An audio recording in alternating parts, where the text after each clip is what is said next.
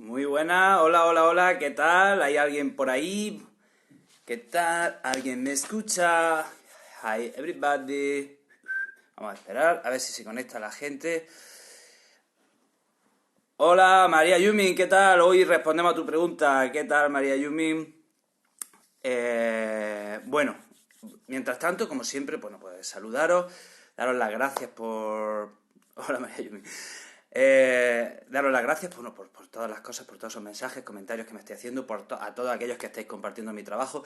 Esperad que ese segundo bachillerato esté yendo bien, que ese segundo bachillerato esté funcionando con éxito, que el segundo bachillerato es un curso muy duro, espero que lo estéis pasando con éxito, que, en fin, quedan unos mesecitos, así que haced un esfuerzo que ya os queda nada por terminar. Saludamos también, ya se conecta aquí a Mamenlove, hola Andy, hola Andrea, Manuel Seguro, ¿qué tal? Decía que os quedan unos poquitos meses, así que a ver si hacéis un esfuerzo, ¿vale? También comentad que en este directo no es que vayamos a explicar el tema entero, aquí vamos a dar una serie de pinceladas que os ayuden a comprender un poquito mejor ese tema, que a lo mejor lo estáis viendo en clase, lo estáis estudiando, no termináis de entenderlo, ¿vale? Y aquí, bueno, pues a ver si os ayudamos. Intentaremos que el directo sea lo más breve posible, lo menos brasa, intentaré que el directo pues sea, en fin, sea lo menos plasta posible, es difícil, pero lo vamos a intentar. Bueno, Mario, hola Álvaro, Malagón, y bueno, vamos a empezar el directo con una pregunta que ha hecho Javiru, y preguntaba aviso también. En los comentarios voy a intentar leerlo lo menos posible porque si no me voy a distraer, ¿vale? Y si no, no puedo hacer dos cosas a la vez, ¿vale? Entonces vamos a ir por partes. Bueno, decía Javiru, preguntaba, dice, del reformismo borbónico, ¿qué destaca? Bueno, pues tenemos que decir que los Borbones ya sabemos que llegan en el año 1700, hay una guerra de sucesión entre las grandes potencias europeas, entre un grupo de países apoya al candidato Felipe d'Anjou, otro grupo de países apoya al candidato, al archiduque Carlos, al final gana Felipe V. Bueno, pues entonces tenemos que hablar que en el siglo XVIII hay tres grandes reyes borbones. Uno es Felipe V, otro es Fernando VI y otro es Carlos III. Es verdad que hay el hijo de Felipe V... Hay un hijo de Felipe V, Luis I, gobierna durante unos meses, pero el pobre fallece. Entonces, bueno, ese no lo contamos. Así que Felipe V, tenemos tres grandes reyes borbones, Felipe V, Fernando VI y Carlos III. Y bueno, ¿qué destacamos del mandato del reinado de Felipe V? La implantación de los decretos de nueva planta. ¿Qué se consigue con la implantación de los decretos de nueva planta? Centralizar el Estado, ¿de acuerdo? Entonces, la gran reforma, y así respondo a Javiru, la gran reforma de los Borbones es la centralización del Estado a través de la implantación de los decretos de nueva planta. ¿Por qué se implantan los decretos de nueva planta? Porque los territorios de la Corona de Aragón fueron rebeldes a Felipe d'Anjou durante la Guerra de Sucesión. Estamos hablando de Aragón, Cataluña, Mallorca, Valencia, todos esos territorios son rebeldes a Felipe d'Anjou, y cuando Felipe d'Anjou gana, de alguna manera, como castigo, les impone los decretos de nueva planta, elimina los fueros territoriales y, implanta esa política centralista de Castilla, la lleva a Aragón. Y, por ejemplo, ¿de quién copia Felipe V este modelo de Estado centralista? De Francia. Y, por ejemplo, de Francia trae la figura del intendente. El intendente es ese representante territorial, el representante del rey en los territorios. Hemos dicho que durante el siglo XVIII se implanta un modelo absolutista. Con Felipe V llega un modelo absolutista a España. Entonces, repito, Javiru, esta es la gran reforma de los Borbones que tenemos que destacar: la centralización, el absolutismo, el reforzamiento del poder real. En España, pues el poder de las Cortes pues decae, la figura del valido decae, la figura de los consejos decae, aumenta la importancia de los secretarios, etc. Entonces, de Felipe V destacamos, repito, esa centralización del Estado, esa implantación del Estado absolutista, la implantación de los decretos de nueva planta. Luego hay otro rey, que es Fernando VI, que también llevó a cabo una reforma, que es el catastro de la Ensenada, y se trataba de racionalizar la hacienda pública con un impuesto único. No le salió muy bien, como siempre, pues las cosas se hacen de una manera un poco chapucera, pero bueno, ahí lo intentó Fernando VI. Y luego tenemos que hablar de Carlos III, que trajo ministros italianos muy acorde con la línea de la Ilustración y empieza a llevar medidas, pues, en la línea del despotismo ilustrado. Ya sabemos que el despotismo ilustrado son esos reyes que son ilustrados, pero que además son absolutistas. Quieren todo para el pueblo, todas las reformas del mundo para el pueblo, pero sin contar con ellos, sin renunciar a su poder. Y bueno, Carlos III se vino tan arriba con sus reformas que los madrileños le dijeron, tío, te has pasado, flipado, que me quieres recortar la capa, anda y vete al carajo. Y montan el motín de Esquilache. Todo porque Carlos III quería pues, que los madrileños tuviesen la capa más corta, porque si usaban la capa más larga podían cubrirse el rostro y, bueno, por cometer delitos. Entonces, esas son las grandes reformas que hemos hablado, la centralización del Estado por parte de Felipe V, el catastro de la Ensenada y esas reformas del despotismo ilustrado de Carlos III. Bueno, pues Javiru, creo que más o menos he respondido a tu pregunta. Vamos a... Voy a saludar por aquí, bueno, muchos. Mario, hola Paloma, hola Karim, hola Manuel, muchas gracias Manuel, es un placer. Hola Francesc, ¿qué tal?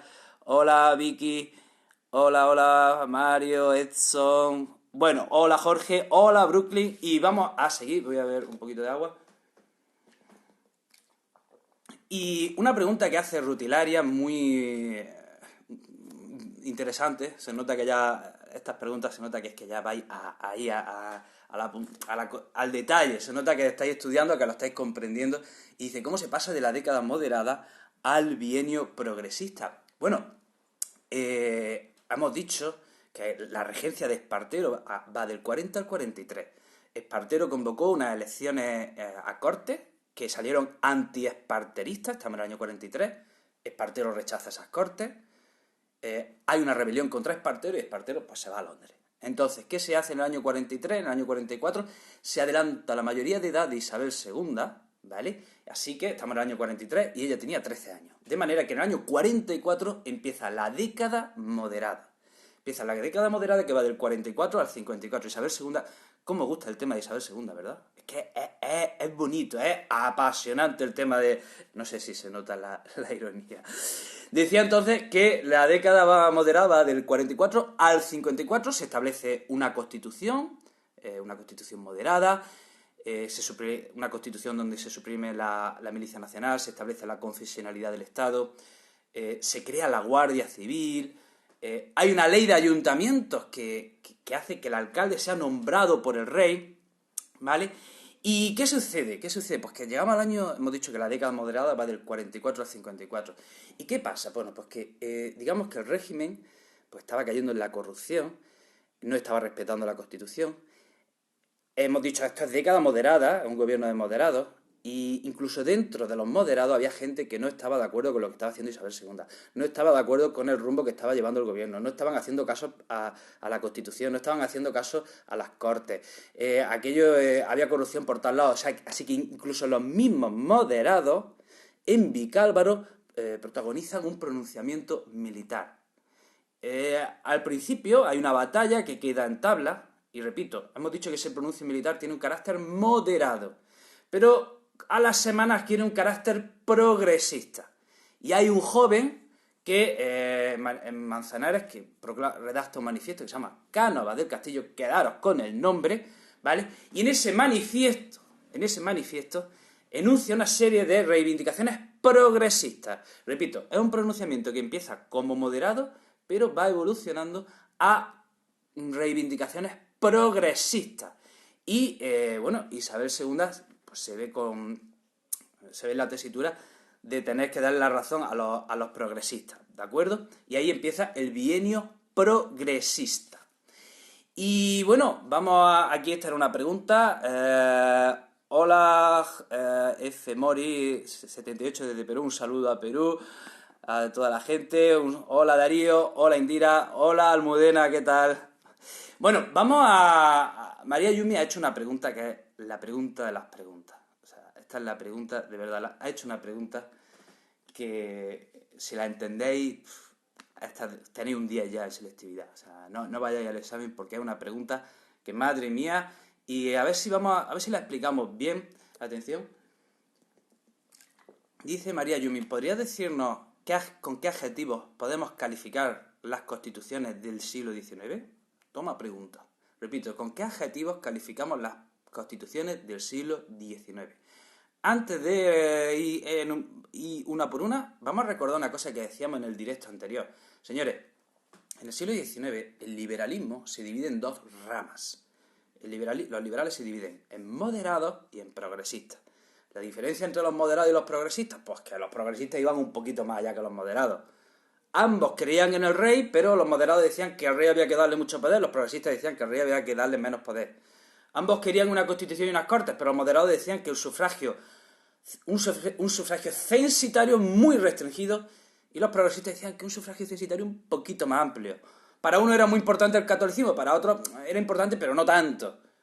No son demócratas, ¿vale? Esto es muy importante. Los demócratas vienen a mediados del siglo XIX. Ahí es cuando nace el movimiento demócrata, que pide el sufragio universal masculino, ¿vale? Bien. Entonces, aclarar estos términos. Vamos a la primera constitución del siglo XIX. Constitución de 1812, que se redacta en Cádiz, mientras la ciudad está siendo asediada, una ciudad de burgueses, de gente liberal. Entonces, ¿cómo podemos catalogar la Constitución de Cádiz de 1812? Al ser la primera, y de las primeras del mundo, ojo, la catalogamos como Constitución liberal. Ya está, ¿vale? Esta es la primera, entonces decimos que es una Constitución liberal. Bien, esa Constitución de Cádiz ya sabemos que se aplica entre 1820 y 1823, por poco tiempo, por desgracia, y llegamos a 1834, y durante la regencia de María Cristina se elabora una Constitución que no es una Constitución, se aprueba el Estatuto Real. Y el Estatuto Real, repito, es más que una constitución, diríamos que es una pseudo-constitución, ¿vale? Así que si hay que decir un adjetivo para el Estatuto Real, diríamos que es una pseudo-constitución. ¿Por qué? ¿Qué es el Estatuto Real? ¿Cómo lo calificamos? Lo calificamos como carta otorgada. ¿Qué es una carta otorgada? Si la Constitución es un conjunto de leyes que refrenda las Cortes, una carta otorgada es un conjunto de leyes que aprueba el rey. Punto. La carta otorgada va de arriba a abajo. La Constitución va de abajo a arriba a través de las Cortes, ¿vale? Entonces, Estatuto Real del 34, que es una carta otorgada, podríamos decir que es una pseudo-constitución. Llegamos al año 36, hay un pronunciamiento en La Granja, un pronunciamiento progresista, y en el año 36, después de ese pronunciamiento progresista, dicen, venga, vamos a establecer la Constitución de Cádiz. Bueno, venga, no, la Constitución de Cádiz, pero modificar. Y al final llegamos a la Constitución del 37. ¿Cómo calificamos la Constitución del 37? Como progresista. Recordad que hemos dicho que los liberales son moderados y progresistas. Tenemos aquí la Constitución del 37, Constitución progresista. Llegamos a la etapa que hemos dicho antes, década moderada. Año 44, Espartero se ha ido, mayoría de Isabel II, y en el 45 se aprueba una constitución que esta es moderada. Constitución del 45, moderada. Bien. Termina la década moderada, llegamos al año 54, empieza el bienio progresista, y se redacta una constitución que estaba muy bien, pero no se aprueba. Entonces, ¿cómo llamamos a esa constitución? La constitución no nata, no nacida. Una constitución que fue un proyecto y no terminó de salir adelante. Entonces esa constitución se llama la Constitución no nata, y esa constitución del 56 quería recuperar el carácter de la Constitución del 37. O sea que esa constitución del 56 era de carácter progresista, pero le llamamos la no nata porque se quedó en proyecto. Avanzamos, sexenio revolucionario, año 69, Constitución del 69. Ahora sí, atención al adjetivo. La Constitución del 69 decimos que es una Constitución democrática. Ahora sí, ¿por qué decimos que es una Constitución democrática? Porque se aprueba el sufragio universal masculino. Hasta entonces el sufragio universal era muy censitario. Ahora ya es para todos los hombres. Entonces, Constitución del 69 decimos que es la primera Constitución democrática. Y llegamos a la época de la Restauración, Constitución del 76. ¿Y cómo calificamos la Constitución del 76? Esta es complicado calificarla. Hablamos de un liberalismo doctrinario o liberalismo moderado. O sea, que es un liberalismo, por eso la palabra lo dice, liberalismo moderado, o si queremos podemos decir también otro término. Es una Constitución flexible. De hecho, no se llega a establecer el sufragio universal. Perdón, no se llega a establecer qué sufragio censitario hay. Cada gobierno pone el sufragio censitario que le salga, ¿vale? Entonces, es una constitución flexible, ambigua, que cada uno la tome como le salga, ¿vale? Y decimos que es de un liberalismo doctrinario o moderado. Repaso.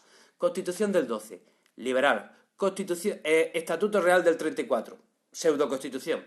Constitución del 37, progresista. Constitución del 45, moderada. Constitución del 56, no nata progresista. Constitución del 69, democrática. Constitución del 76, flexible. ¿Vale? Tío, si has prestado atención, de verdad te prometo que esto es muy muy importante y el corrector, quien te corrija los exámenes, esto lo va a notar, ¿de acuerdo? Bueno, seguimos. Un descanso, bebo agua.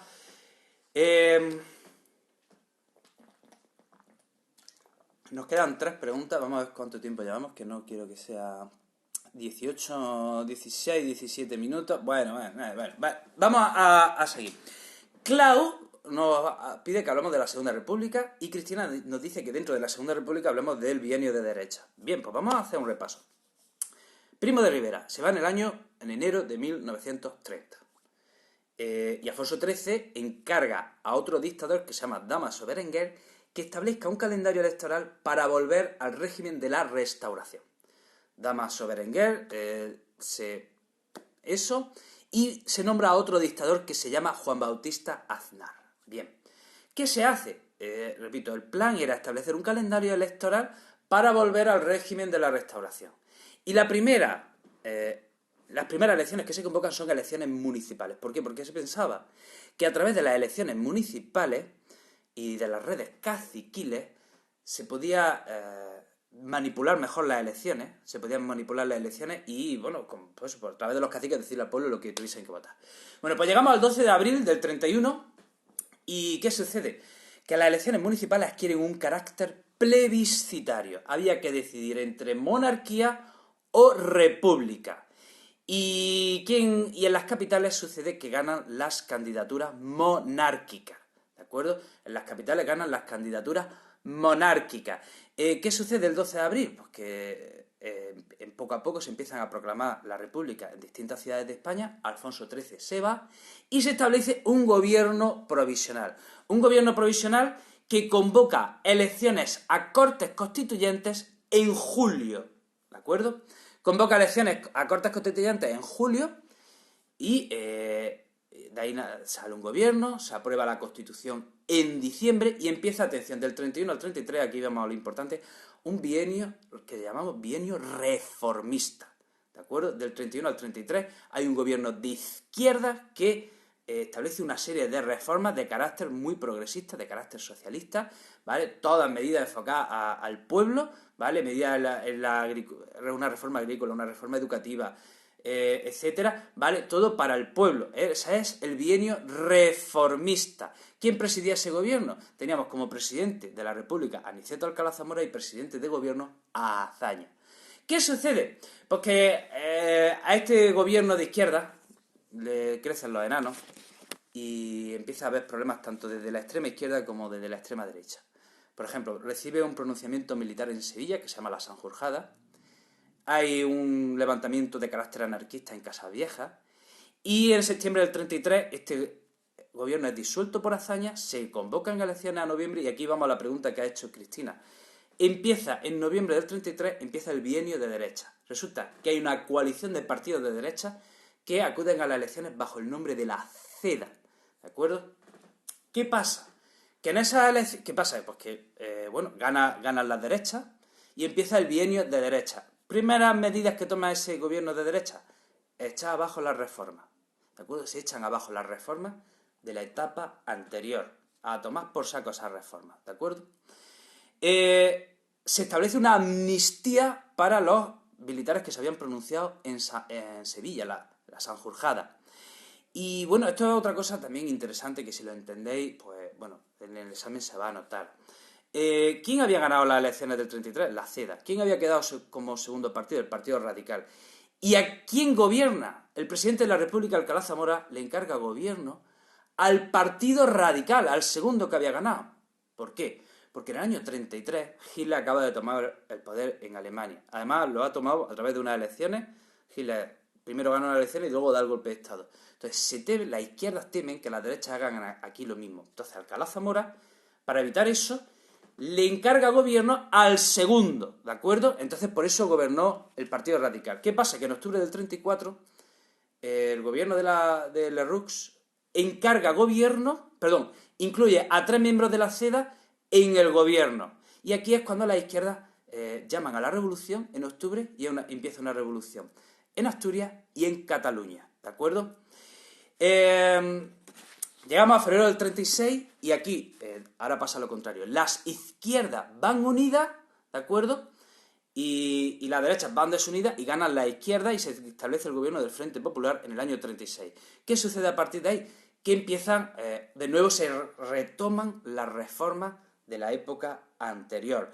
Destacar ya para terminar que en la Segunda República hay 2 asesinatos, que son el asesinato del Teniente Castillo y el asesinato de Calvo Sotelo, que son los que anteceden a la guerra civil. Bueno, voy saludando por aquí, un saludo a Carlos, un saludo a Salina, Martita, Leticia, Paula, Arker. Y ya para terminar, la última pregunta que ha hecho I'm Called the Gigi, dice, ¿por qué nadie terminó con Franco? ¿Por qué nadie mató a Franco? ¿Por qué nadie acabó con Franco? ¿Por qué Franco aguanta 40 años? Yo voy a dar varias respuestas, no hay una respuesta fija, yo voy a dar varias respuestas.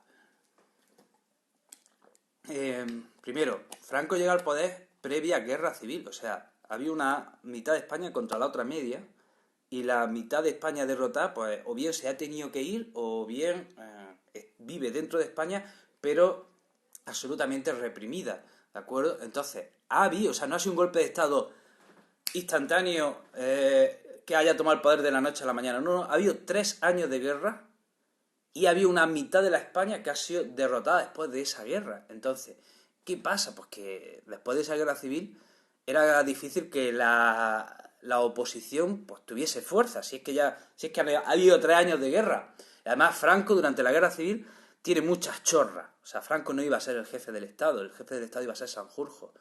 Pero ¿qué pasa? Sanjurjo se mata en un accidente de avión, Mola se mata en un accidente de avión, el otro gran líder del movimiento que hubiese sido José Antonio Primo de Rivera lo matan en la cárcel. O sea, la jefatura le cae a Franco de chorra, ¿vale? Entonces, ¿qué sucede? Que durante el gobierno, por ejemplo, durante el franquismo, desde el exterior podían haber acabado con Franco, pero ¿qué pasa? Que empieza la Guerra Fría en el año 48 y si había alguien que era muy anticomunista en esta vida, era Franco. Y como Estados Unidos era anticomunista, pues, Estados Unidos traza una alianza con Franco, ¿vale? Con la España de Franco, y, España entra en el panorama internacional, a España se le abren las puertas del panorama internacional, y se le rompe el aislamiento, y nadie desde fuera intenta acabar con Franco. Entonces, desde fuera, pues eso, Franco pues tuvo la suerte de la coyuntura internacional, le benefició, y desde fuera ya nadie le iba a hacer oposición. Y desde dentro, ¿qué pasa?